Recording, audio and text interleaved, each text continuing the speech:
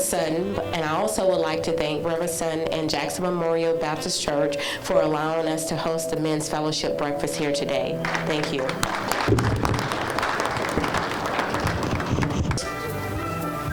Represented today, we thank you for your presence. We welcome you here at Jackson Memorial Baptist Church, and we thank you on behalf of our deacons, our chairman of our deacon board, and our chairman of our trustee board, Deacon Cedric Gibson and Deacon Sam Godwin, and all of the men of Jackson. We welcome you here. Prayerfully, this is going to be an informative and productive fellowship meeting. And that's why we're here, because I think we all have some issues. And we thank the Morehouse School of Medicine and all of the other people who are here today who will be speaking. I don't know everybody's name, but we welcome you. We're an old-fashioned church with up-to-date people. That's our motto. And we just want you to feel relaxed and be at home here at Jackson Memorial.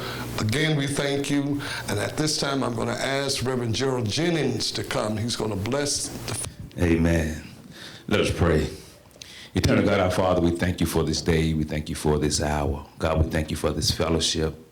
All that had a part, Father, we pray that you will continue to bless them. Father, we pray now that you would just bless the hands that prepare this food. We pray to be nourishment for our bodies, that we continue to edify your body. In Jesus' name we pray. Amen. Amen. I've been telling us exactly what to do. I only pastor. Delinda. Come on, Deacon Gibson. There we go. Okay. Thank you, Brother Chairman. You can actually write your question down to speak, so you may see me holding up signs just letting them know 1 minute is left or 5 minutes is left. So without further ado, the Director of the Center for Research on Men's Health at Vanderbilt University, Dr. Derek Griffith.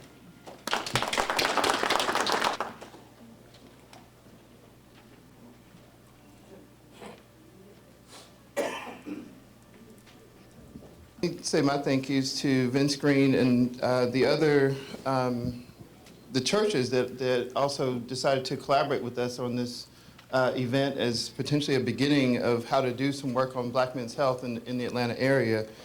So also want to say special thank you in addition to Jackson Memorial Baptist Church for hosting us, Zion Baptist Church in Marietta, excuse me, Pleasant Hill Church in Roswell, Zion Baptist Church in Roswell, Allen Temple AME Church in Woodstock, and New Life Church in Decatur, as well as my home church here, Church of the Incarnation, also in Southwest Atlanta.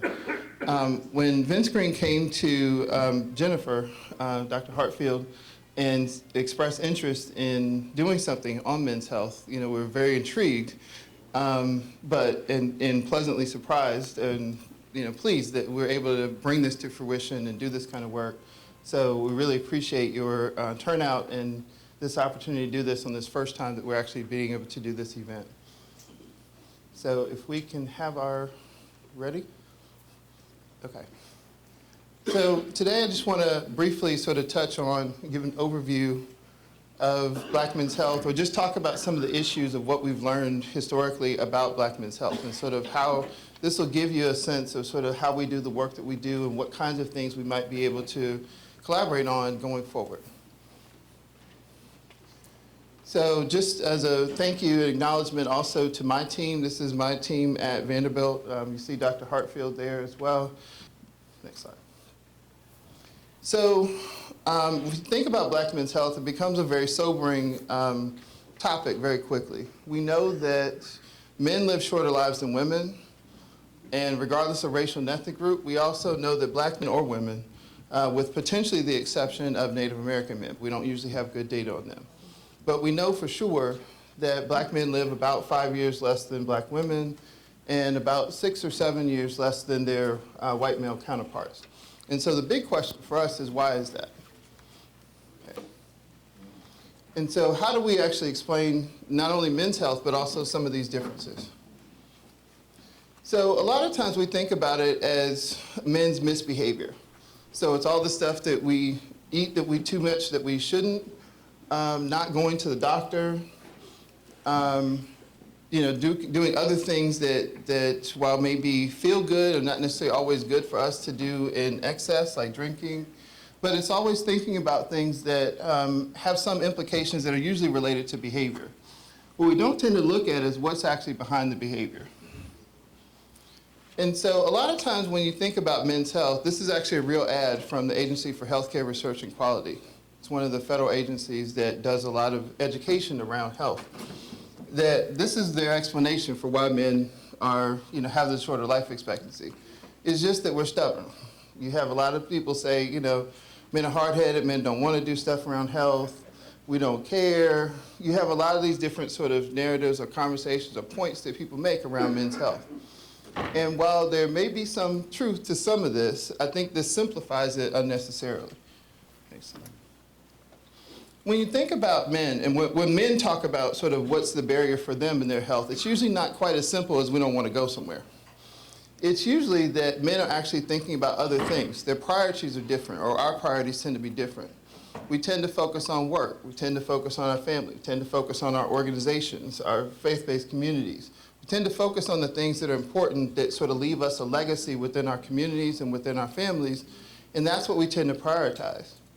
And so for some people, it's a lot of times thinking of health as sort of, focusing on your health can appear to be somewhat of a luxury. Like you actually do it in your leisure time. You have to make time for it, as opposed to realizing that that's something that we have to prioritize as well, and make that a priority, and see that as an important part of sort of who you are and what you're actually doing. But a lot of times when you think about health and when you ask men about sort of why can't you, why aren't you doing more of what you know you should do? Since most of the things that we're going to talk about are things that you pretty much know you should do. You shouldn't eat French fries and fried food for every meal. You should probably move a little bit, not quite sit quite as much. All these kind of things, get adequate sleep. So all of these different things affect health. One of the things that we sort of miss in this picture is how stress affects men's health as well.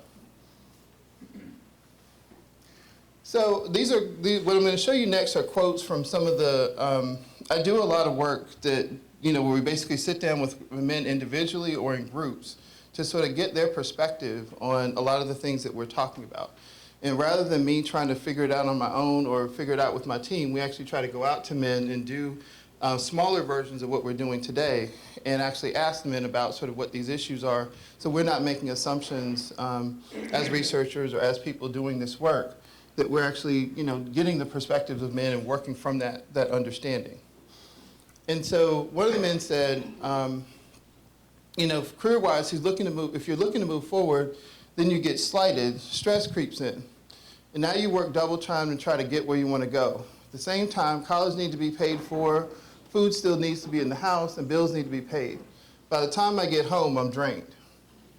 Next slide. That it's part of my nerves that makes me eat sweets. Stress is part of the reason I'll grab something more out of convenience than out of health.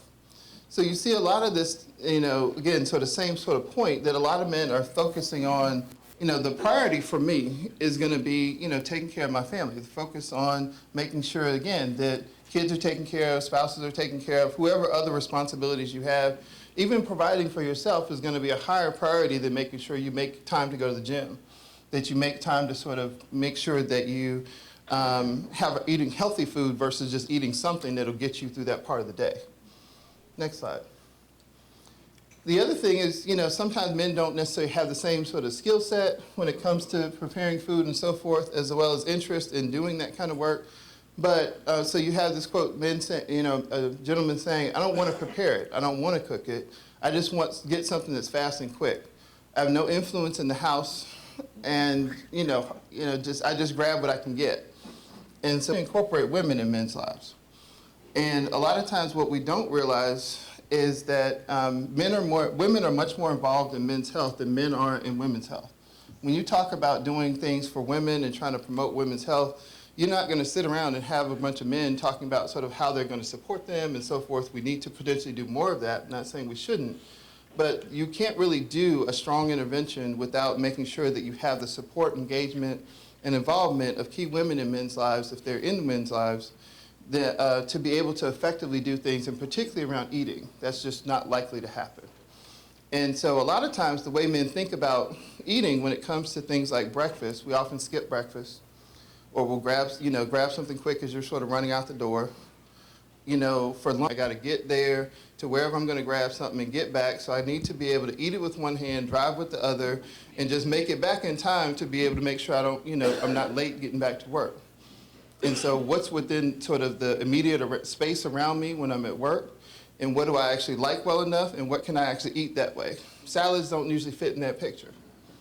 So it's thinking about these kinds of things, about if you're going to really do something with men, you have to take these kind of things into account about how we're approaching this kind of issue, because we think about it differently than a lot of the materials would suggest that we actually do. Next slide.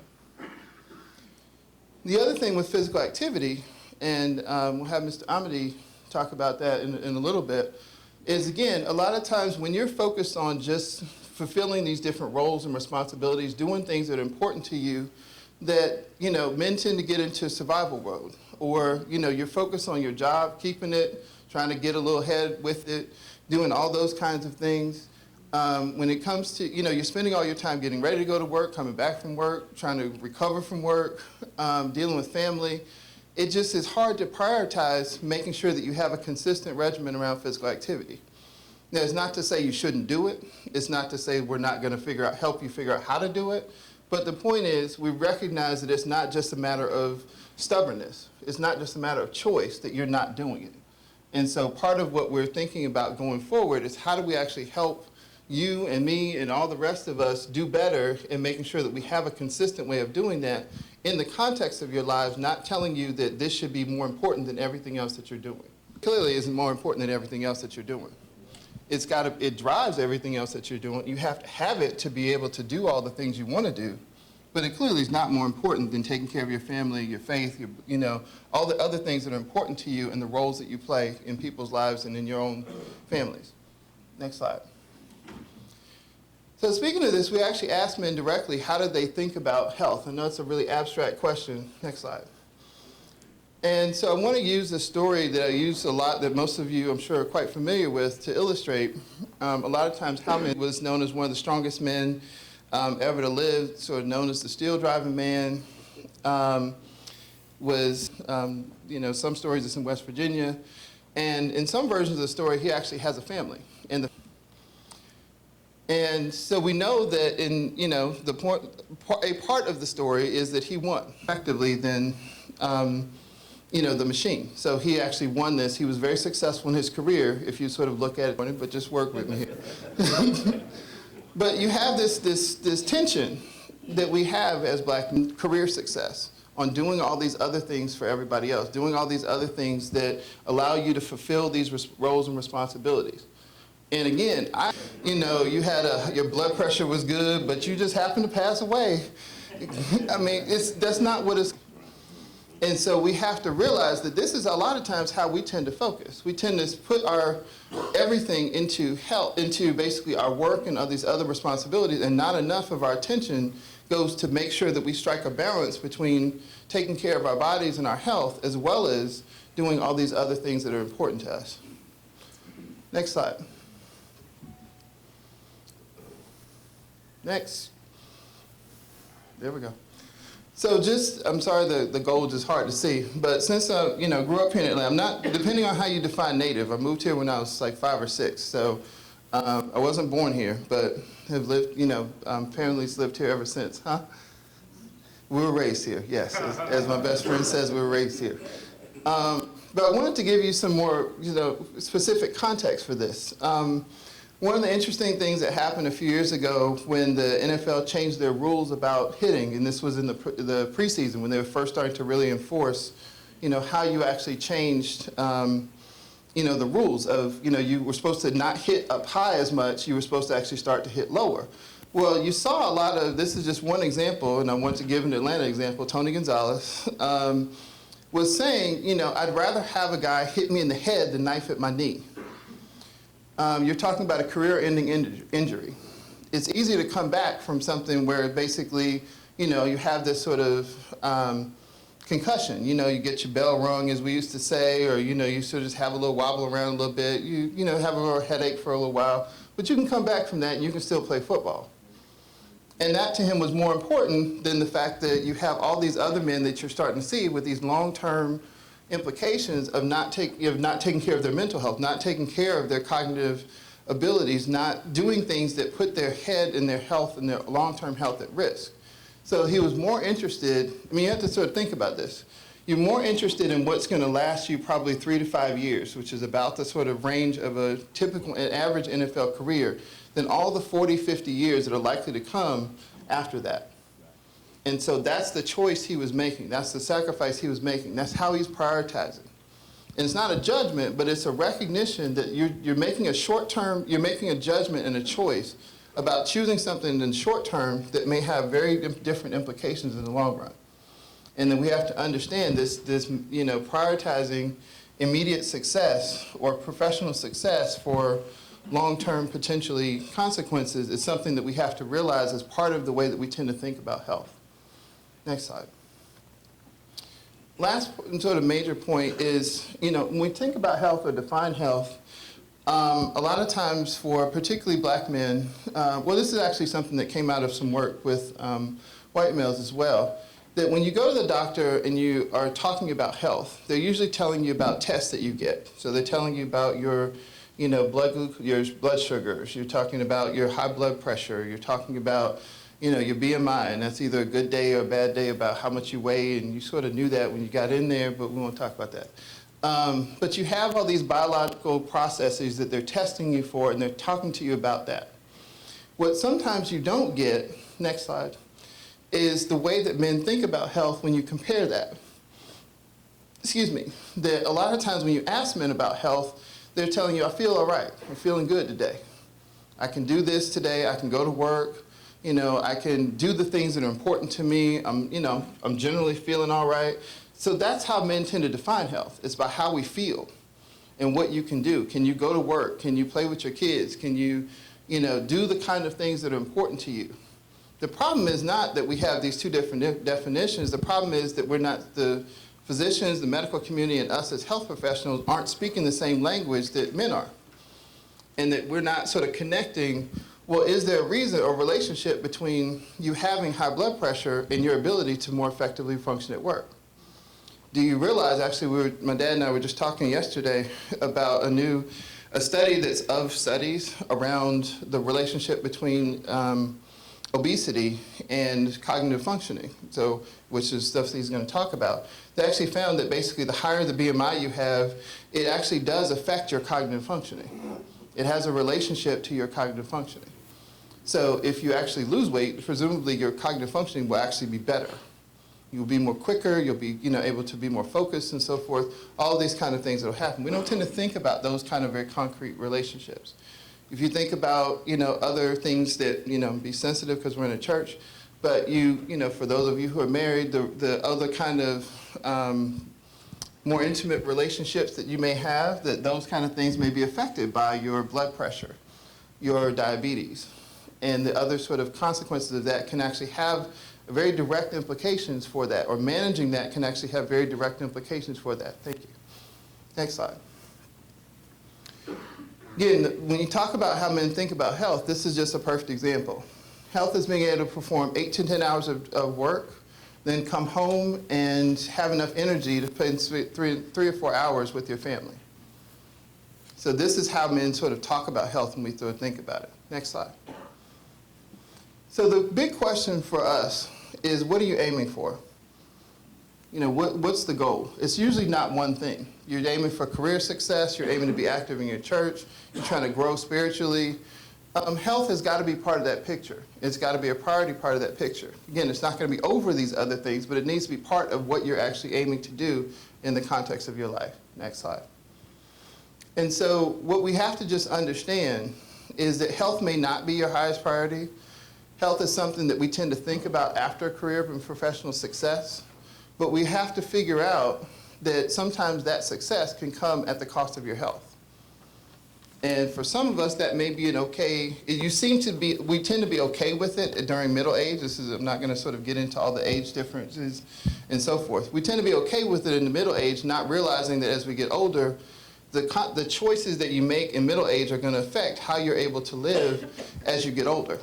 And so we have to find a way to not make this a choice, but to basically do both. You have to figure out how to be really successful in your careers as well as be really successful in terms of actually making sure your health is a priority. Next slide. So last couple things I'll say. I'm a big Tony Dungy fan. As much for sort of the world we can change for the better. And I would argue that part of that also means that you have to be healthy enough to be able to do all these kind of things that are important. Last slide is when Jack Johnson, the first black heavyweight champion, was asked right before he died, what were the how did he want to be remembered? Did he want to be remembered as a boxer? Did he want to be remembered, for all the sort of stands that he took and all that kind of stuff? He said, whatever you write about me, just remember that I was a man. Just remember that I sort of embodied these kind of things that were important to me. And a lot of times, again, that's how we tend to think as men. Just respect me, recognize me as a man. And that's what I tend to put above everything else. But we've got to realize how that actually affects your health and how we need to make health a priority even in that context. Thank you. Basically, a relationship between how much height, how tall you are to your weight. And so so that it gets complicated, it's a little messy to just think about it as that number, because a lot of times people who are actually very active, so a lot of athletes, even though they can be in great shape, will seem to have a high BMI. But it's really, you may just better off just to look about, when your belt gets a little too tight, it's time to do something different. When, the neck collar, is getting a little, you're like, okay, I can't button this button as easily as I used to, then it's sort of time to make a change. You were talking about the, Right. do you, is there any suggestion as something that we can do as far as best type of food or something that we can get that won't have to go to those fast food stores or something that we could buy and kind of prepare on our own simply? Well, I think what you said is actually the short answer. It's usually that you're going to buy that you can safely actually trust in a lot of restaurants that you can get quickly in terms of the salt content, in terms of a lot of the things they're going to put in there, that is just not clear. So the best thing to do is actually to prepare it at home and take it with you if you have that opportunity, if you have that time. Now, if you don't, one of the things that we would do in a larger sort of intervention is help you figure out how to actually make those choices. What are things that, are a combination of things you might actually like to eat, of things that are available to you in those particular restaurants. So how do you go into those and make good choices? So that would be the kind of thing that we want to sit down and really have to work through, with a trainer and so forth, help to sort of make those kind of choices. Because if I tell you, go to McDonald's and order a salad, you're going to look at the menu and say, that salad is really good, but I'm going to actually have this burger right here. And there's actually, it's an interesting process. I don't want to make this too long.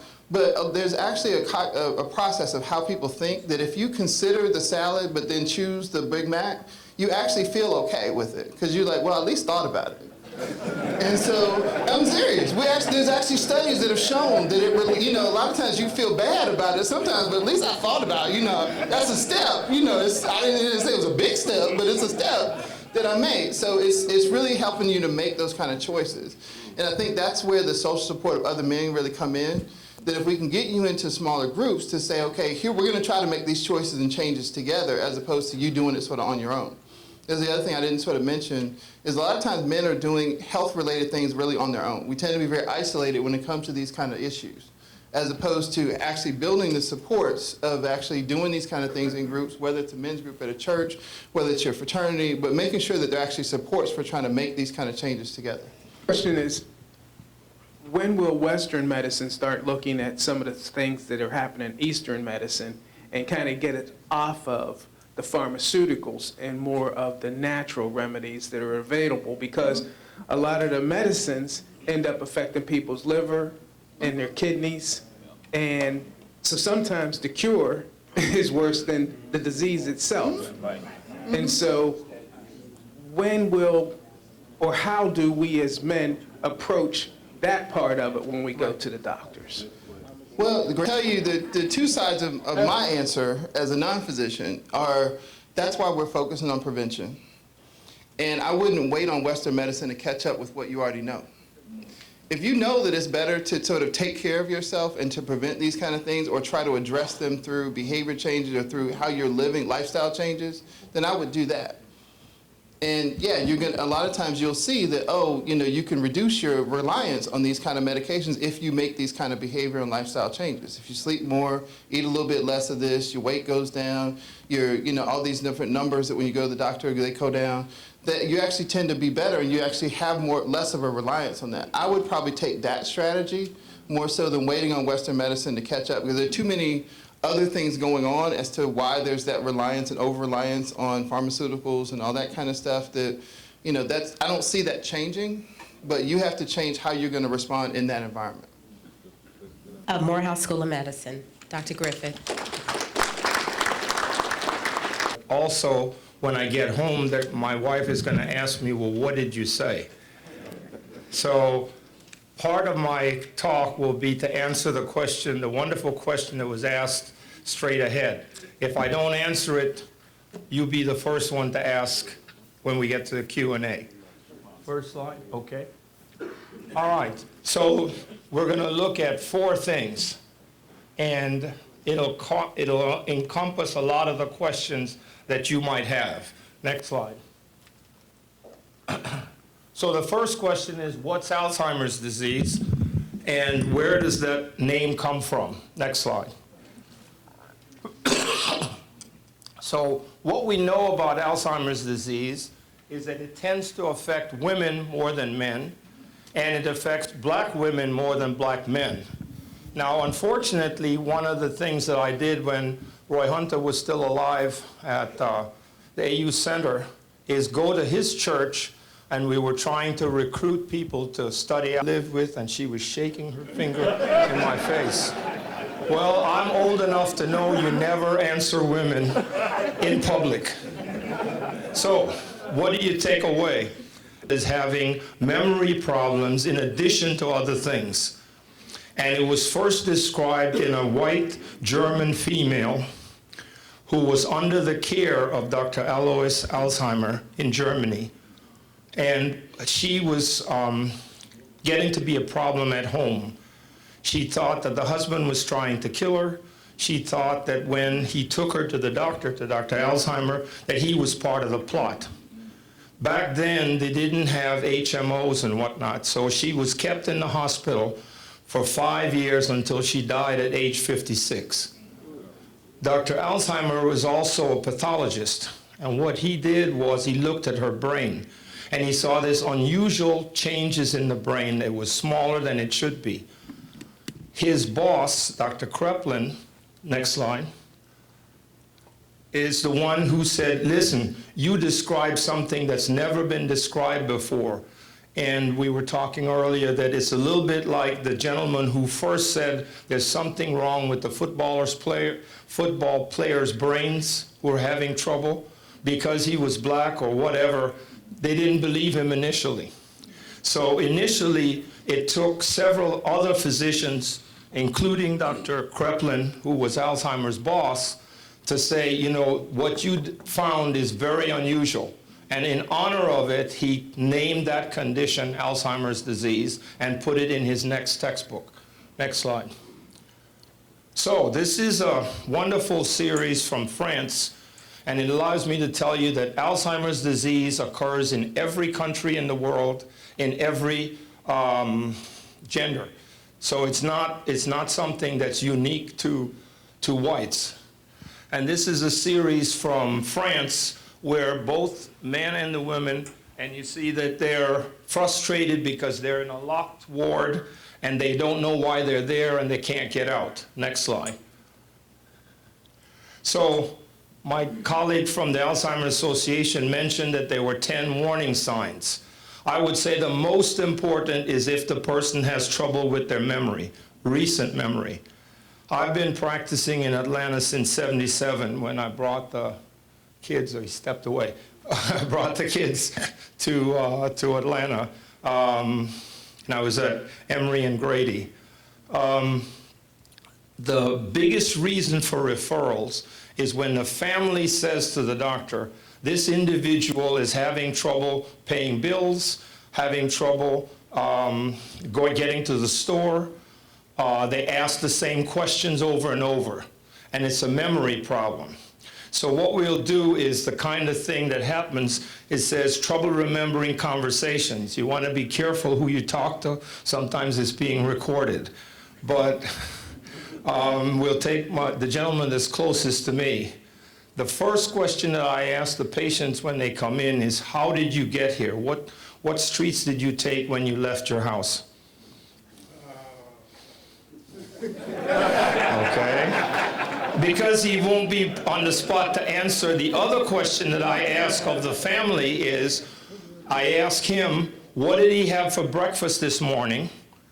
And then I check with the family member to make sure that he's just not repeating stuff that he does all the time. Did he really have that this morning? So it's recent memory or new memory that's the trigger. The other thing that it triggers is the family is the one that brings the patient in. I can assure you, every male that I've seen with this condition, the first thing they say is, Doc, I don't know why I'm here. I feel fine, but my family says I have to get checked. Men are the most stubborn, I think was the word that they used, about admitting that they have memory problems. Next slide. So, a lot of the time it's where memory loss, the individual can't find his checkbook.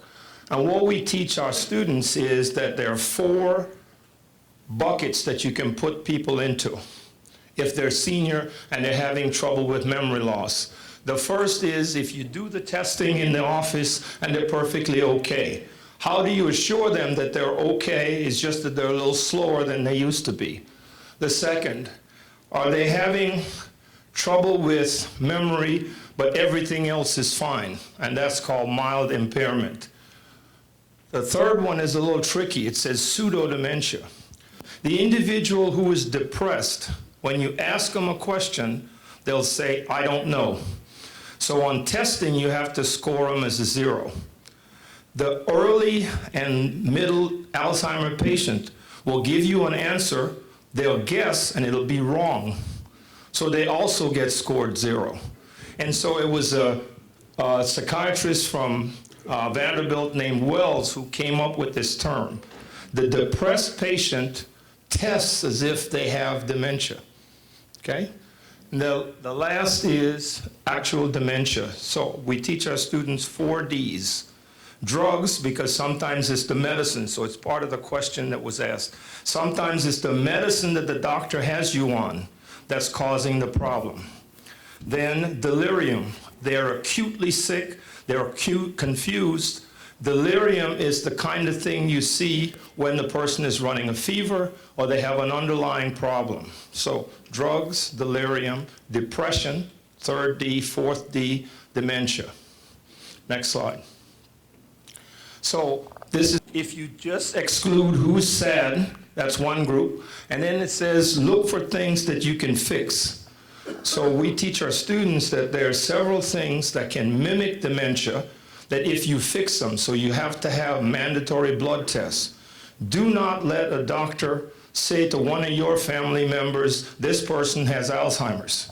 You can't look at people and say that. They have to be tested, they have to have blood tests, they have to have a CAT scan or an MRI scan of the brain. Don't just use that label indiscriminately. The big problem for us, because we live in the South, is it from more than one stroke? We live in the stroke belt. There are 11 states in the Southeast that have more stroke than anybody else. And Georgia is one of those. We have 3 states of those 11 that have more stroke than the other 8. Georgia and North Carolina, South Carolina. Now, you know that they're geographically together. So one of the questions that we want people like Dr. Griffith to look at is, why do people in the South, particularly in the two Carolinas and Georgia, have so much stroke? And there's a study going on that's led by Dr. Howard at UAB. It's called Regards. And they're looking at whether or not people with strokes who are initially normal develop something like Alzheimer's disease. Then you see it says they can have behavioral trouble. And particularly, I want you to think of two of them. One is Lewy body disease. And you'll see in one of my slides that it turns out that that may well be what Robin Williams had. And you'll see a slide that links back to that.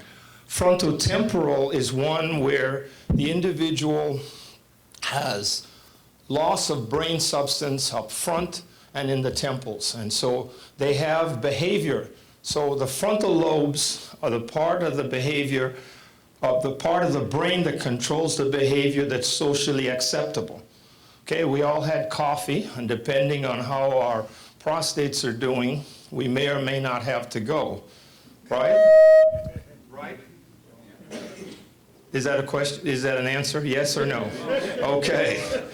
All right. So the frontal lobe says, I'm going to wait until the pastor's finished talking. I'm not going to get up in the middle of his sermon and run to the restroom, okay? The person with frontotemporal dementia doesn't wait.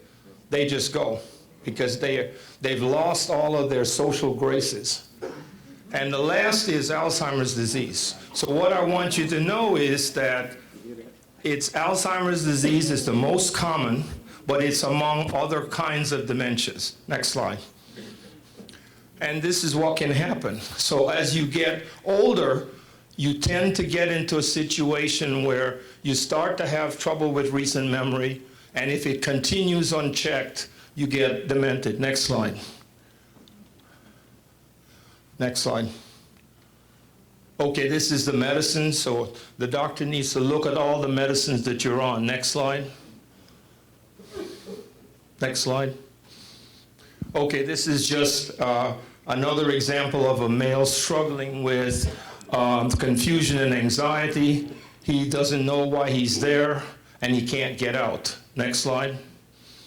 So always, you know, little kids have great views, world views. And so here's Dennis the Menace telling his younger buddy, life isn't just a bowl of cherries, Joey. There's soap, vegetables, and vaccinations.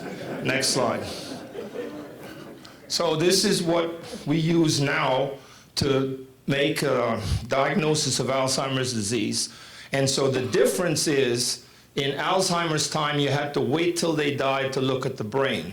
Now we can use blood tests, we can use spinal fluid tests, we can use CAT scans, and the most important is that it can occur at any age, any age. So there are two broad kinds of Alzheimer's disease. It's genetic and other. The research issue is the other. So under the genetic, you either get it as a young person. In neurology, young is less than age 50. The other kind of genetic one is late onset, and you get it by the time you're 85. The other is any of the things that can affect the blood vessels going to the brain are the same things that affect patients who get Alzheimer's disease. For me, that's where the research is. We're going to be able to fix the reversible things long before we get to gene therapy. And the individual is talking about Western medicine versus Eastern medicine. Eastern medicine focuses on the things you can fix. And you're going to hear in a minute the value of exercise, the value of proper diet. That's what you can fix, providing you don't have the genetic form. Next slide. So most people say, well, who gets it? Next slide. So if you were a veteran like me, you wonder, when did the people around him know that in 1994, Reagan was going to go public with the fact that he had Alzheimer's disease. Anybody that are veterans in here know what I'm talking about? When you wear the uniform, you don't raise that question. But the same way that I said about who takes him to the doctor, who told them that he needed to get tested? The Alzheimer patient can act in a movie and run a country. And unless you do specific tests, you won't know. The other thing, and I was talking to a gentleman who was kind enough to remember that I worked with his mom. Even in 1994, and we're now at 2016, if we had something to cure Alzheimer's disease, he would have been at the head of the list. Okay? So the fact that he died untreated tells you how far we have to go. Next slide. So this is one that I want to just focus on two of them. It says age greater than age 85, the odds ratio is 16. The biggest risk factor for getting Alzheimer's is age. And so whenever I go to church, I remember that older church members say, why would God let me get Alzheimer's disease if I've tried to be a good Christian and I've done what the pastor asked me, and now I'm old and feeble, and you take away my memory and my functioning? You have an answer? Okay. That's one of those ones like Job where you know, anyway. So that's the biggest thing. And they did a study in the Boston area. People who are older than age 85 have a 50-50 chance of getting Alzheimer's disease. So the Creator has been kind. They let you live a long life. But then you have a 50-50 chance that then you're going to get Alzheimer's disease before he calls you home. The other one that's high on here is number 4, odds ratio of 4, and it says E4, which is a particular marker. Another one is education, 3.6. They're not sure if you have little to lose, are you more likely to show up with the problem? It's one of those controversial ones. So the takeaway is age. If you live long enough, next slide. And this is the partial answer. It's all over the world.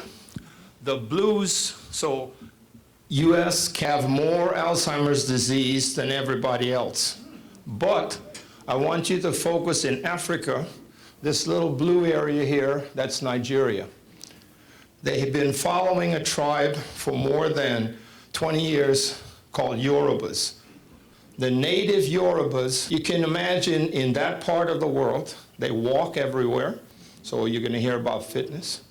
They eat unprocessed foods because they grow the stuff right there, and it hasn't gotten to the supermarket that's going to put dyes on it and freeze it, and et cetera, et cetera. They probably either pray or meditate, the kinds of things that Eastern medicine focuses on. And last would be whether or not they take medications for memory. Next slide. So that's just explaining the pictures. Next slide. So this is some work. So people ask me and the bottom line is we have a lot of work to do. He may tell you that there's some other things, but the point is we don't understand why black men get it. We don't understand why blacks and Hispanics get more Alzheimer's proportionally than whites. And there's a lot of work to be done. Next slide. So this is some of the things that I wanted to emphasize. So for African Americans, we're 2.5 times more likely to get Alzheimer's. We tend to be diagnosed at a later stage because a lot of our social norms are such that they're not going to take a family member to the doctor because they don't want that bad word. Most people today in 2016 are more afraid of having Alzheimer's disease than of having cancer. Okay? They say, don't tell me that that's what they have. So what we tell the students is, you be very sure if you use that word. Okay, it's got implications for other family members. Is it passed on? It's got implications for how you handle finances. It's got implications for how you want to be remembered. Okay? So, the risk of dementia for first-degree relatives. If you are related to somebody who has Alzheimer's disease, you're more likely to get it. Next slide. So that's the question. If age is the highest odds ratio factor, if we live long enough, are we all going to get it? And the short answer is no, but there's certain risk factors that put you up on the list. Next slide. And this says that the biggest risk factor is what we talked about earlier, that it's age 85. Next slide. So there are 4 kinds of things that you go through. And this is where I say Alzheimer's challenges the faith of people who are trying to live their best life. And by the time you get to the end where you may need to be fed properly by veins, you started to think about what's going to happen after you're gone. Next slide. So this is some of the stages. A lot of people, when they're in my office, they say, well, what stage do you think so-and-so is in? And we said there are only 3 stages. One is mild, if they're just having some memory trouble. Thanks. And the other is when things are getting worse. And then the end stage is when they're like a child, they're not moving, and they're bedbound. So again, for the veterans, what stage did you think our former president was in 1994 when he went public that he had Alzheimer's disease? Okay, we got a partial answer here. It probably is classified. You remember that word? Okay. Next slide. Okay, so how can we achieve successful aging? Next slide. So we take care of anything that's fixable. You don't overuse alcohol. You watch the medicines that the doctor is giving you, because it may be trouble. You check all the metabolic things. The big things are lungs, heart, and kidney. Make sure that those are working properly. Next slide. And so when we do a test, it's called the MMSE, and you see that the lower the score, the more likely the person is going to have trouble. So towards the end, you see that the person forgets how to walk, forgets how to eat. So when you do give an Alzheimer patient medication, we tell the family you want to stand there and watch them swallow it. Okay? They either hold it under their tongue and spit it out, or they forget to take it. So it's got to be supervised. Next slide. And this is the one I told you about with the frontal lobe. And you see the gentleman over here, he can't wait, he just goes. Okay, next slide. So Robin Williams may have had some insight because towards the end he was losing it. Next slide. And here's his quote, and I love this. He says, how come the pharmaceutical industry is so smart that it can fix any kind of erectile problems that we have, but they can't give you something to make you think clearly? I don't know if that resonates with a lot of people. It depends on where you are. Think about that. Next slide.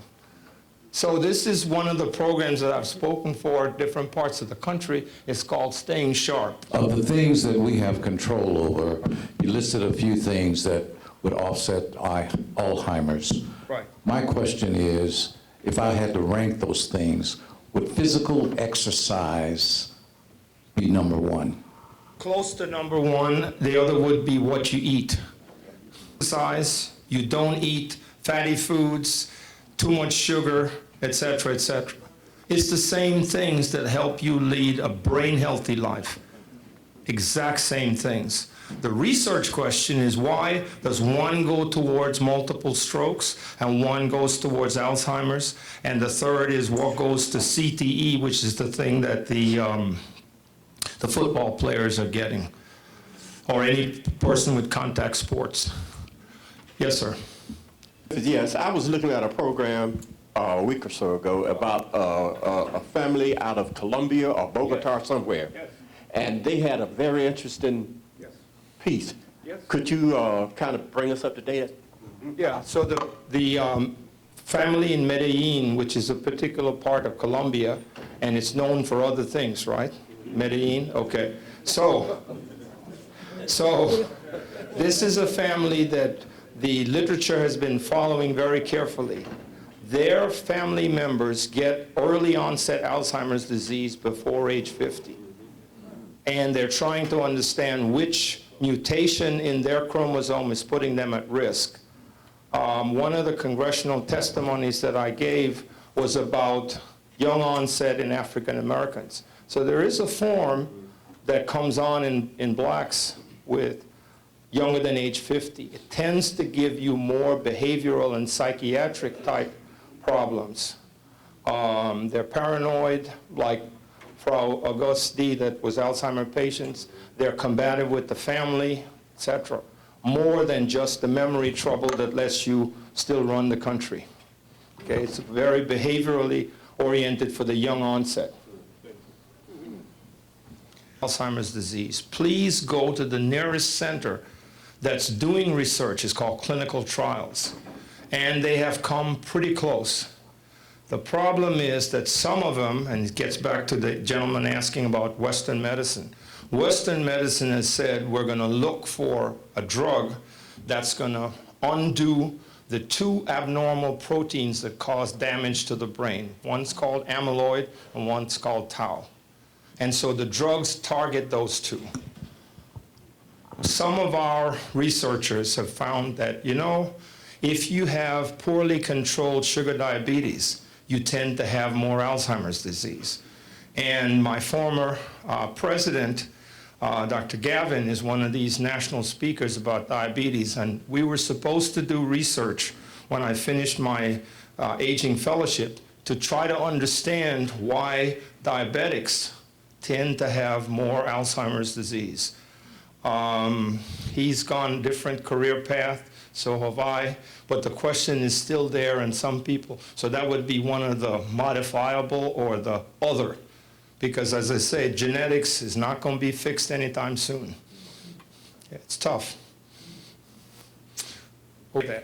But the question that I had was, prior to that, our family didn't understand how come this disease wasn't diagnosed in previous years. Previous year before 2009, when I was coming up, we never heard of a disease like that. But as my family went through that, that was one of the main questions that we had was, how come that wasn't discovered years prior to that? So in the interest of time, where it came from.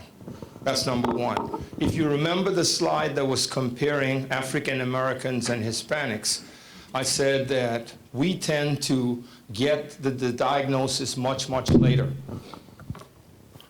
Emory has a published study where some of our Morehouse collaborators work with them. Blacks going to Wesley Woods and the Emory University system get diagnosed with the Alzheimer's much earlier than blacks going to Grady. Okay. So it's probably an educational thing where the driver is the family.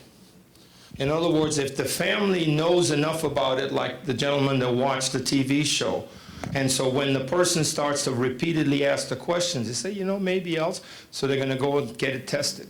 The Grady type patients tend to wait because they say, well, you know, we don't know what it is, they're just getting senile.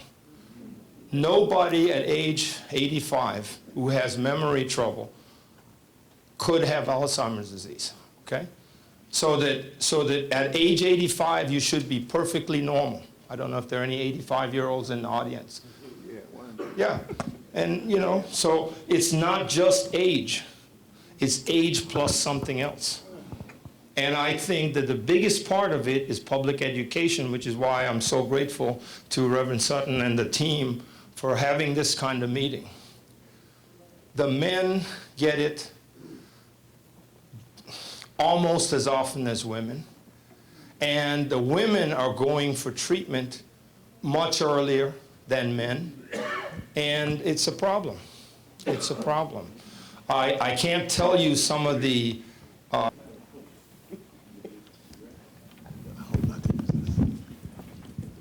Well, thank you, Jennifer, for the introduction. I want to say just thank you. This is a wonderful sight. When you talk about health and black men, to see this amount of men in a room to talk about this is is a dream. So yes, give yourself a hand for that. I would like to thank Vince Green for bringing me aboard, and one of my own, Mr. Chuck McGee, who volunteered me for this role, but I am definitely honored to do that. So I am here to talk about physical activity. Can you hear me? Without this? I need the mic. I don't like the mic. Okay. So here we go, physical activity. I need everybody to stand on their feet. We're gonna do some physical activity. Kind of started making noise. I don't know about that. I don't really want to do this. How many of those? Come on, be honest. How many had that at the table? I don't want to do this. What you doing? Okay, y'all can actually have a seat. We're not gonna do anything right now. Is something that is almost taboo. It's something that you stay away from. You know, oh, I've got it. I can do this. I'm fine, and everything. It goes from there. I wanted to share some numbers. I wanted to at least come across some numbers to see if I can just spark something in you and show you. This information is from the Journal of Human Capital. It's a publication that was done back. Ethnic and gender differences in physical activity, right? It examined the racial, ethnic, and gender differences in human capital investment. What are we doing? And when it comes to doing, and the physical activity tends to be significantly lower, right? And I'm gonna go the other way. The way this reads, it will show you this, but I'm gonna do this for emphasis. And it says that about, say, other racial groups, so, you know, not Hispanic and Black in there, it's about 6% lower, right? In Hispanics, it's about 10% lower, non-physical. In Blacks, it's 26% lower. 26% lower. And in Black men, it's 13% lower than in females, right? So something like this is huge, right? So when I was asked to come do this, it hit something that was perfect for me because I have a nice little presentation that I have done before and spoke on in the past. And what it comes to is, I get the question a lot of times that people say, well, what should I do?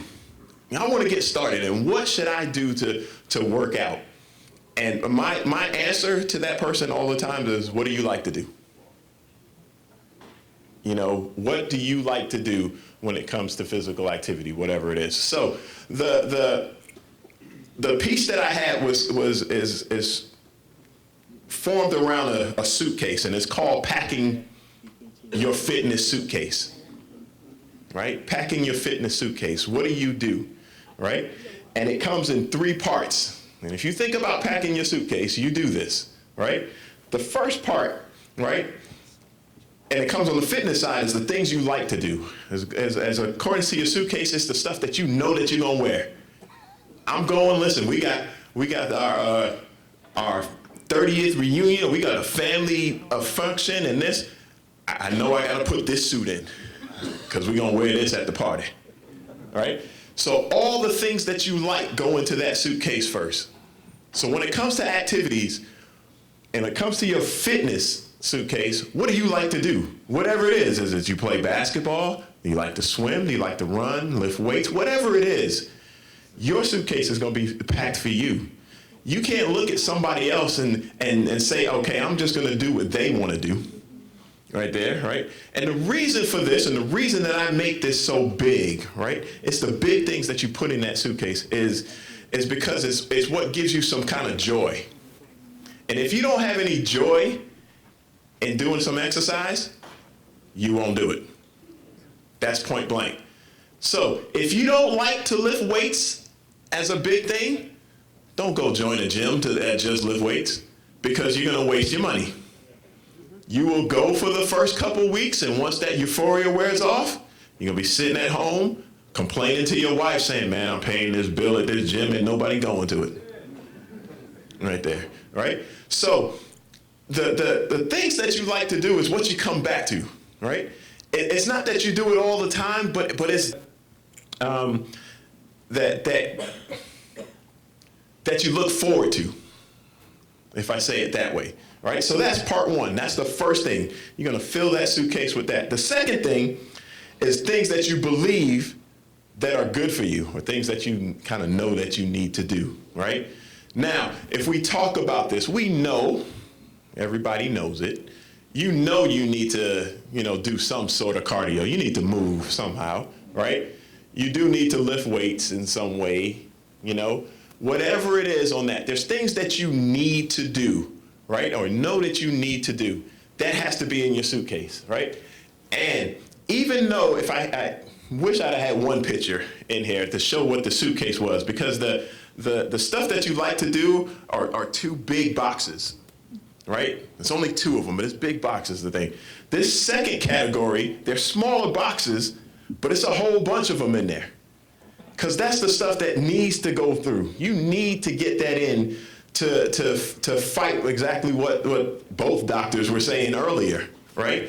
To get the body moving the right way. We have to do these things. So depending on who you are, because as I said, everything is different, it might be something that you like, it might be something that you don't like, but you need it. Has to be a part of it. One of the tricks that I use and I tell people is if it's one of the things that you don't necessarily like, but it's necessary, put it with that thing that you want to do. So if you want to go play basketball, but then go lift some weights right behind it, right? Add it into what you're doing, right? A lot of times we get to the point where we feel that just doing this one thing, we're fine. And that's the trouble, right? Once you do something over and over, you become efficient at it, right? And when it comes to fitness, efficiency is a bad word, right? Efficiency is when you talk about training. If I want to train to run I can't say, I'm a sprinter, so I can't say marathon. So if you want to train to sprint, you're going to sprint over and over and over and over and over and over, and you're going to be less tired. You're going to get a little faster. It's going to get a little easier. Your time is going to come down. You're going to get more and more efficient at it right there.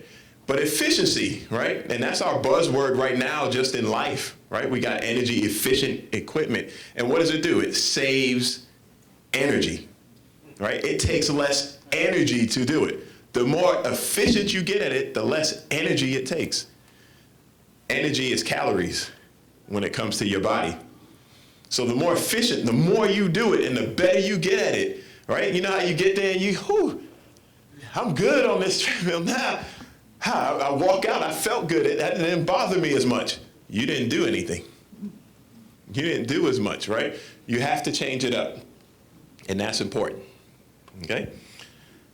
The third part of this, right? The third part of this is just the little things, right? And when you pack your suitcase, you know it's the stuff that you have to stick in there, right? You know you need your toiletries, and you got to get your socks and your underclothes and all the little things that you have to put in there, right? But you know when you stuff your suitcase at the end, oh man, I forgot to put this in, the last stuff on there. And what I call it in fitness is the things that you hate to do, right? Every once in a while, you got to do it, right? And usually, that's where I come in, right? Because that's when clients come to me, I get them to do the things that they don't want to do, right? But it's important. Again, it's variation. It's things that you have to do to change, right? So if we look at this across the board, right? You pack your suitcase. How do you get started? If you're not doing anything and you know you need to do something, your first question or your first answer is, what do I like to do? And find out the way that you can go do it. Get started, right? The easiest thing to do, right? Somebody says, what do I do? How do I have to get this going? And if that's your belief and you want to do it today, right?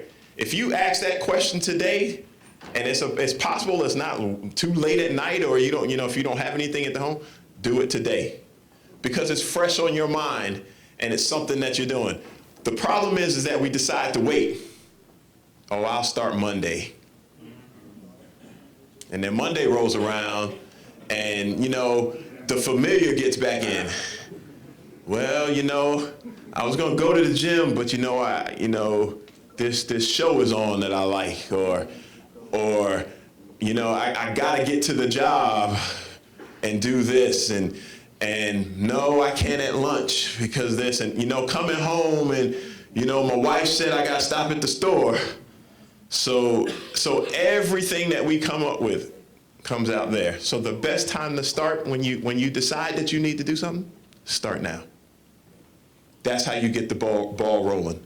It's not going to be easy, right? It's going to put some work in, but the more you do it, the more it builds, right? And if you build, it rolls, right? Doing something, a little something each day, gets you closer to your goal. And this is a key. That's a great line, right? If you do something, a little bit of something each day, you get closer to your goal. If you do nothing, you move further away. The thought process is that I stay still, and you don't. If you do nothing, you move further away. So I have a great line, because a lot of people say, okay, well, I got to make it to the gym, or I got to do this, and whatever it is. And I take this and I give them credit still, because for what it is. And in the fitness industry, they say you give credit for about 2 weeks and then it becomes yours, right? But I like this one, and I'll give them credit. And it's a company called TRX, and they build it's a training system that is just a strap, right? It's the most unique thing that you will see, right? A little piece of thing that hangs right here, and you can do all exercises in the world. Not a lot of space. But what they say is you don't need a specific place, a specific amount of time, or a specific event or a specific thing to do to get in shape. If you have 15, if you have 10, if you have 5 minutes, you can do something to better yourself. In 5 minutes, you can increase your metabolism a little, right? You can teach your muscles how to move properly, right? And it starts to learn, and you start to be able to do things on the road. So the excuse, if we use the excuse of time, we're all busy. Everybody is busy. You've got to make what's important to you. So a question I always ask, I like this right there. Who brush their teeth every night? Man, that's not a lot of hands. For real? Okay, well, who brush your teeth every morning? Whew, goodness, all right. Why do you do it? Habit, hygiene. It's something that's become important, right? Until you make exercise important to you, right? It's never going to be in that spot. Now, I challenge one thing, and just for one thing that Dr. Griffith said, and he said that exercise is not the most important thing in your life. And I agree with what he's saying, but I spin it another way. I do believe that it is, if not the most important, it's one up there, because if you don't have your health, you're not going to be able to do all the other stuff anyway. So all the time that you spend and say, I got to go because I've got to go do this, and I got to take care of that, and I got to do this. If you don't take care of yourself, you won't be here to do any of it. And that is the truth. Point blank. So I challenge you to take care of yourselves, guys. Take care of yourselves. And then say, black men, in my industry, I've been doing this for 20 years. And I can probably count on my hand the number of black men I've had as clients. Right? I can literally count on my hand the number of black men that I've had as clients. And that's an issue. That's an issue. Right? There's something that we have to do. This image is perfect, right? And as we said, we want to be here to be able to see all generations, right? Vince said something to me that was perfect. He said, if you go to games, you know, as families, we go to see games, and what happens is as you get older, what happens to the older gentlemen? They come and they walk into the gym or whatever, and you better hope that there's a seat on that first level, because that's it. They're not making it up the ramp. That's a shame. That's a shame. Right there. But do we want to? How much do you want to be here for your grandkids? How much do you want to be a part of their lives? How many of you want to be able to, and I'm not saying that you have to go out and run and play football or anything, but how many want to go and be active with your kids and with your grandkids, right? That should be something that's big for us. And physical activity is the thing that's going to get you there. I'll talk briefly, we talked about nutrition. Nutrition is important. You gotta eat, right? You gotta eat right. Right? No fried foods, we know all the stuff, right? But you don't do it. Right there, right? But the things that I like to say on there is you need to eat meals throughout the day. So if you're eating, it has to be a good, and I know they used to say eat 3 square meals. It's actually 4 to 6. And when I say meals, it's not Thanksgiving dinner, right? We're gonna have some meals, and breakfast is the most important. How many eat breakfast? That's what I'm talking about, right there. Breakfast is the most important meal. It starts your day, right? You have to get going on that. It's your fuel, right? It gives you the best opportunity to burn everything off, right? You can't burn it off at night, all right? So one of the lines that you do is that you eat during the day and you diet at night, right? Eat during the day, diet at night. Put in your calories earlier in the day when you're active, that when you come home for dinner, you can have a modest dinner and you don't have to eat the whole cupboard. But that's the problem. We don't eat during the day, so when it's time to get home, boy, we just open the refrigerator. And you look and you grab right there. And when you finish, you go to bed. Everything sticks. Okay? Thank you so much for your time.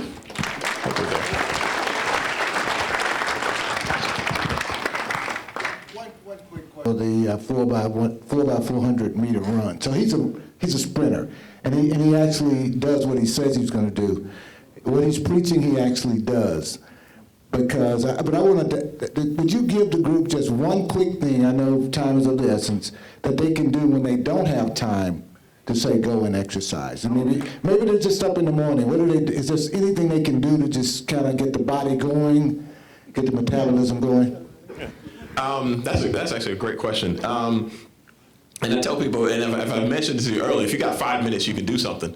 If you're getting up in the morning and you've got to go, before you get in the shower, it's a great thing. You get up in the morning and shower, and if it's squats, if it's push-ups, if it's sit-ups, but you set the clock for 5 minutes, right?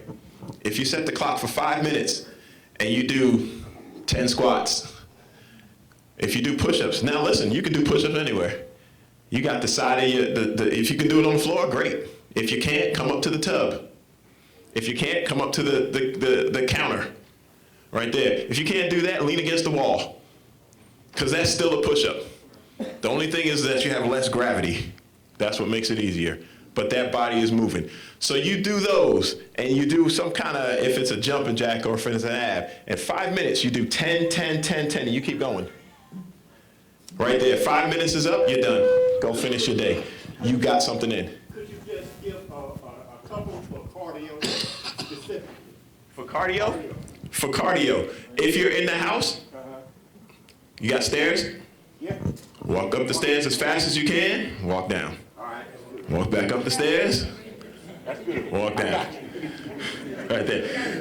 That's one of the easiest ones, but it's a good one. That's a great question. Right there. Eating before you work out, after you work out? Both. You need to put something into your system before you work out, because that's energy, right? If you don't have enough energy, you're not going to be able to perform and do what you need to. So when it comes to before, you want to have more of what's called a carbohydrate base. That's the time, believe it or not, this is a secret that we really don't tell much because we don't tell people to eat sweets. But if you eat stuff bad, eat it right before you work out because you're about to burn it off. That's what you're going to use. And then once you finish, then you want to have some protein and some good carbohydrates. Within an hour of working out, you want to put something back into your system so that your muscles can heal and start to heal and grow from there. Morning. I just want to say thank you to everyone for coming. When I talked to Jennifer and then Derek, this was a big passion of mine because we as black men, we get together for a lot of things, church, fraternal organization, etc. But very rarely do we get together to learn. And I know, and so we've had a PhD, an MD, and a certified fitness instructor. So I don't have any of those. But what I have is a love for men and young boys. And if we don't live long enough to train them up, they're going to go the way that they're going. So when we look around and we say Sonny is a knucklehead and Johnny's a knucklehead, it's because there was nobody like is in this room that really cared about them. So in order for us to do that, we have to be around and be active. And I started off in public health with Jennifer, and I'm going to be there with Jennifer till I go. Because the bottom line is, this is what matters. And while I'm going to talk a little bit about cancer, but it's really not about the cancer. Because the same thing applies to everybody. Everybody that got up here started off with exercise and diet. And what we're here for is the last piece, is the E. So exercise, diet, and education. We have to be educated on what makes us do what we do, whether it's our job, whether it's our relationship with Jesus Christ, whether it's our relationship with our wife, or our children. And when we talk about cancer, let's keep it real. I know there's a few ladies in here, but the E and the D now is the erectile dysfunction. And if you're sitting here saying, I ain't really thinking about that, you're lying. I know we're in the church. But everybody that's a man, that's on their mind. And everybody knows somebody that's having problems, and everybody's worried about ever having problems. And the E and the D again, the exercise and diet, is a big component of that. But again, the education is the key. Number one, you have to educate yourself about yourself. You know, women, they say you got to do a self-breast examination. You need to check yourself down. You need to know all your parts.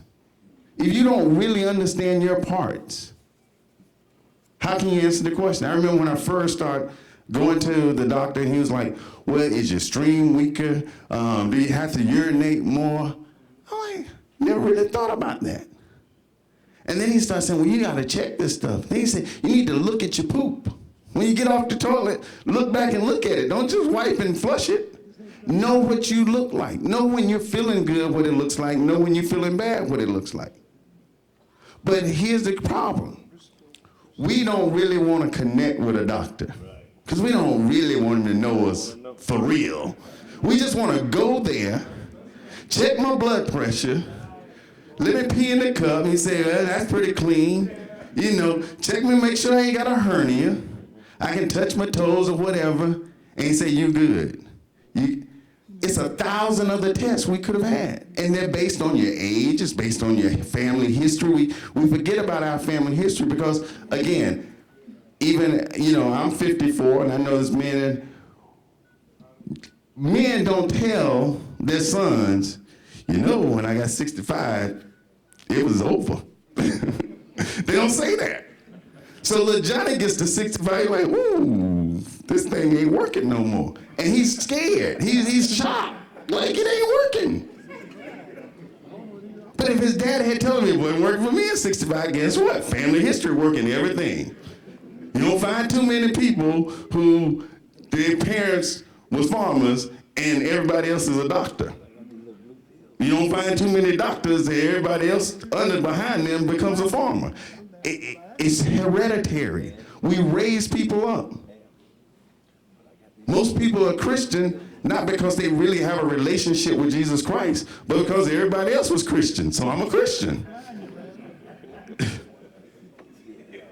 That's where it is. So, I mean, we have to really think about this thing.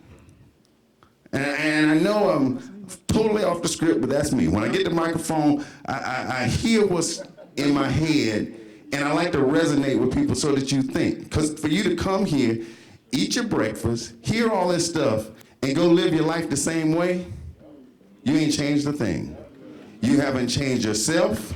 You haven't changed the people behind you. You haven't changed the people that's coming beside you. And we have to learn as men to talk to one another and share. Nobody's judging you because of whatever. You didn't cause the cancer. You didn't cause the heart disease. You were probably uninformed about what you should have done. Or like we've heard 3 different speakers, we got busy. I gotta put food on the table. I gotta keep a job. I gotta whatever. But what we gotta do is educate ourselves about ourselves. Whether that's cancer, I mean, all the cancers start with what? An abnormal cell. Whatever it is. It's a cell that is not doing what it's supposed to do. I just had my colonoscopy Tuesday, all clean. But I never would have worried about a colonoscopy if it wasn't for when I went to the doctor at 38, and he did the sigmoidoscope, and he's like, I think I see something. Then I had the bare minimum, and like they blew up my stomach. He's like, I see something else. Then he says, well, you gotta have, now also all in like 2-week period. He said, you gotta have a colonoscopy. I'm like, I'm 38.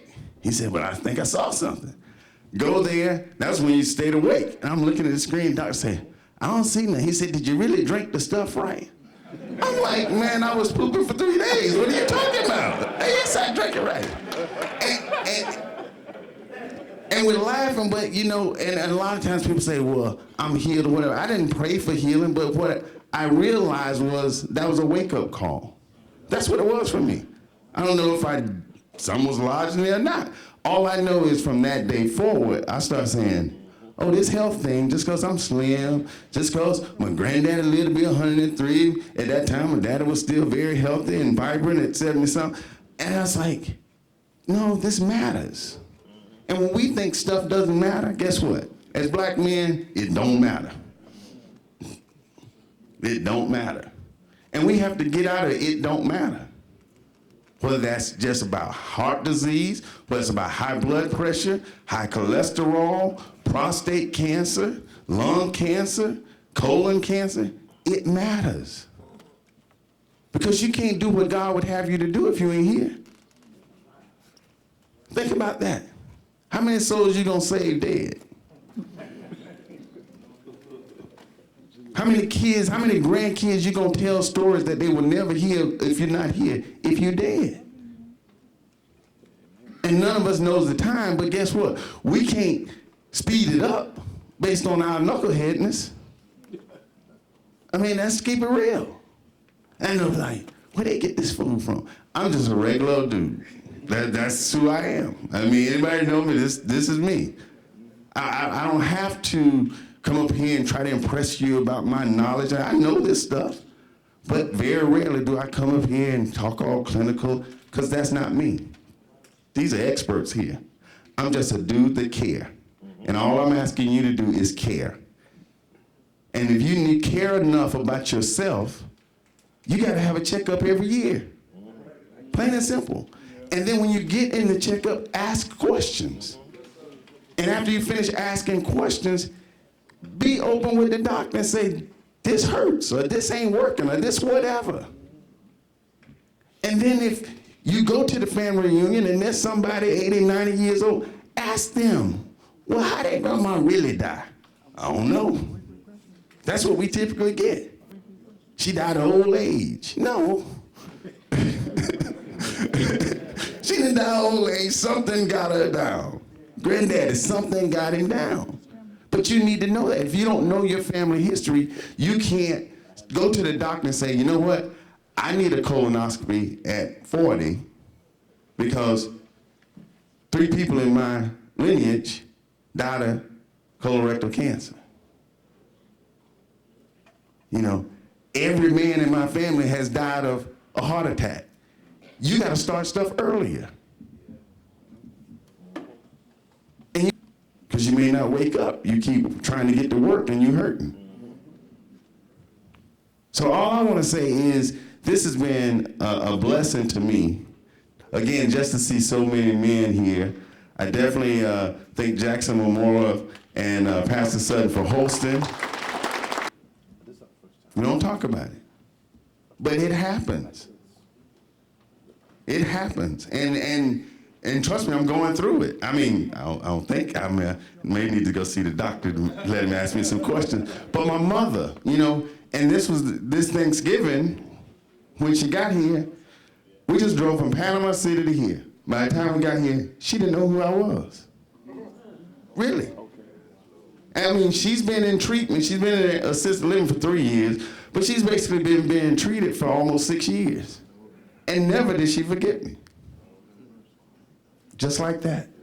And that's how fast anything can come on you. So understand, you're the only you got. Take care of it. Don't take care of your rims on your car better than you take care of your body. I just keep it real. Like I said, I just keep it real. Live to have this picture. Very few people can have that 3-generational picture. That should be your goal. Really, 4 generations. 4 generations in a picture of your family.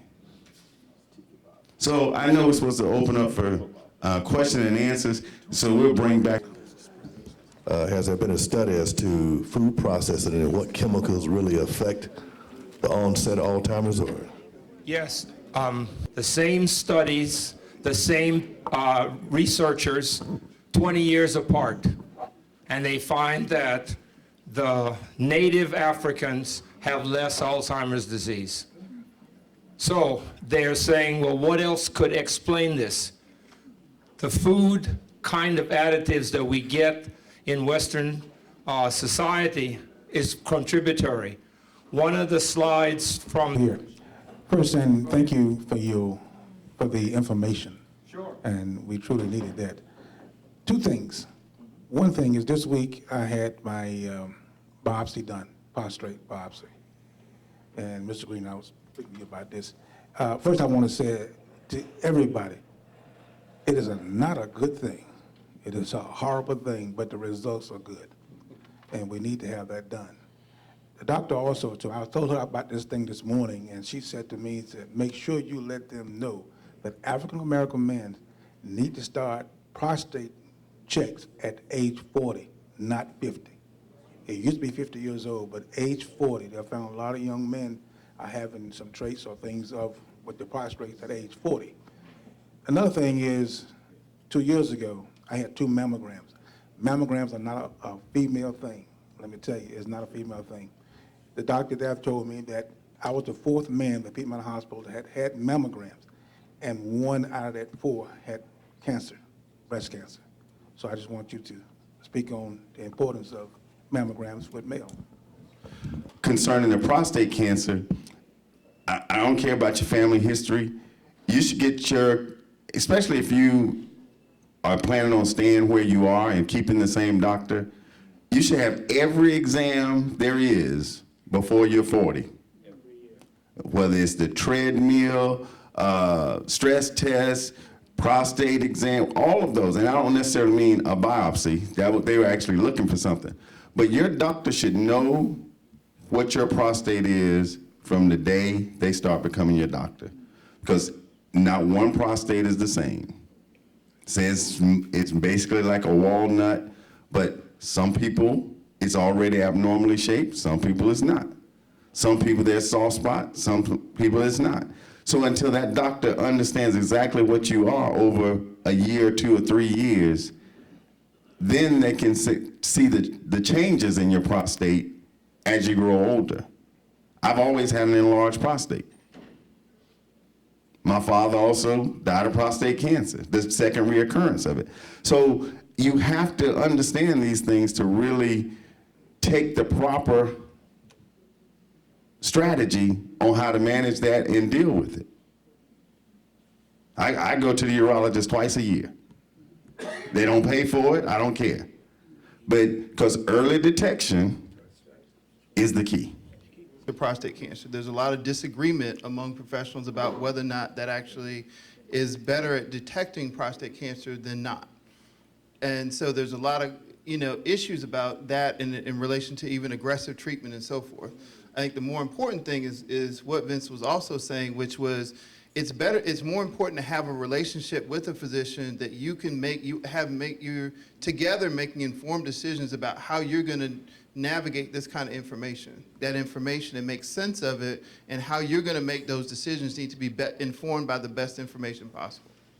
Done of hearing deficit and its association with Alzheimer's and dementia? Is a great question. If you fix the stuff up front, you may be able to delay or prevent Alzheimer's disease. The other thing is that in the East Coast at University of Pennsylvania, by looking at spinal fluid, and I want you to listen to this, they can tell 30 years before, 30 years before you get it, that you're going to get it. Obviously, you have to have the spinal fluid check, and you have to look for what they call biomarkers. They can tell you 30 years before you get it that you're going to get it.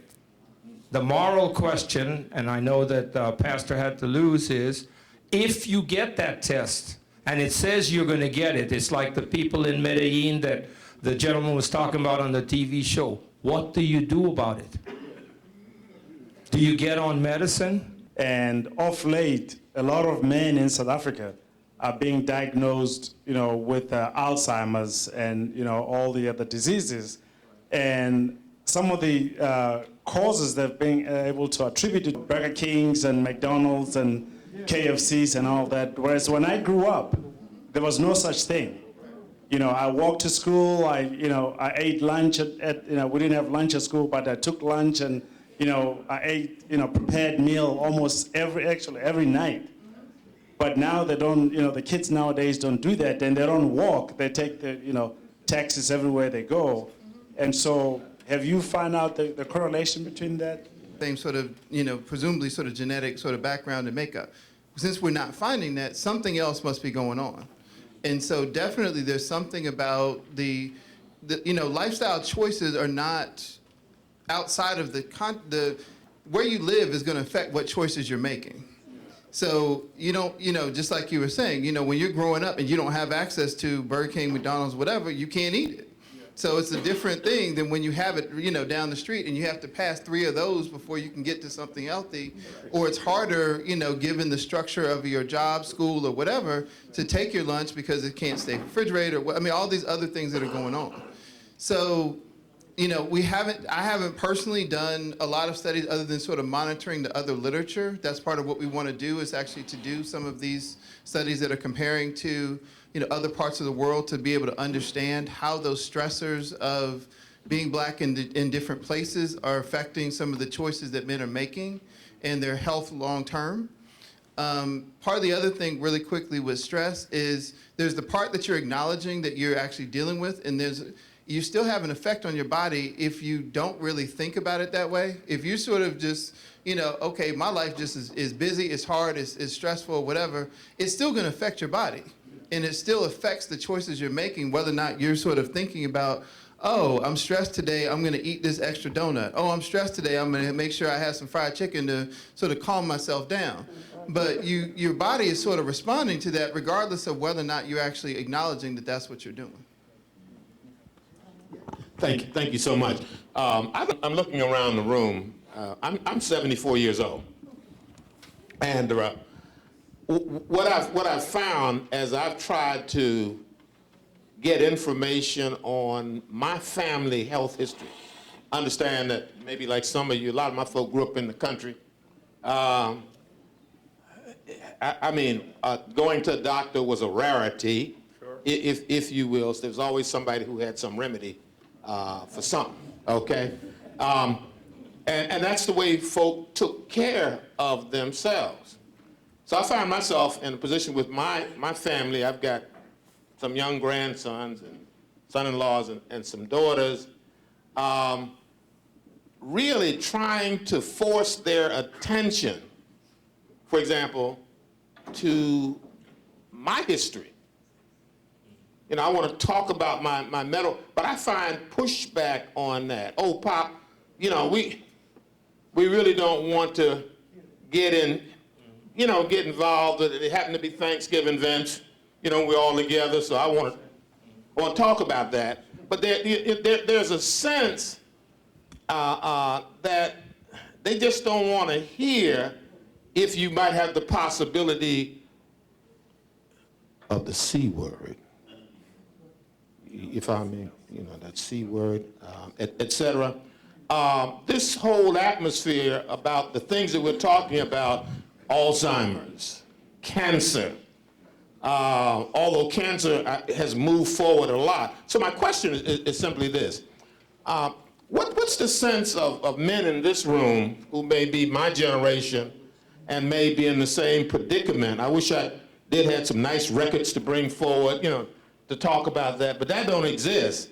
And you, in fact, may be the primary source, if you will, for now beginning to educate your family on what history may be. And you may be the primary source. You ain't got nothing from granddaddy or grandmama and things along that line. I'd be interested in that as I look around the room, and I think I might be close to some people in here, okay? Where you're trying to deal with that, trying to educate, if you will, your family about, what do you call that, medical history and things along that line. And it ain't easy. It just ain't easy in terms of their being receptive. So just some observations would be helpful. Well, thank you for coming and sort of allow you to sort of leave, you know, before we sort of continue, because I want to be respectful of your time and so forth, but clearly we want to make sure we answer all the questions and so forth that we have available. So before we sort of respond to your question, because I don't want to ignore that either, I do want to sort of acknowledge that, and if those of you who have to go, we appreciate your attendance. And just one other announcement.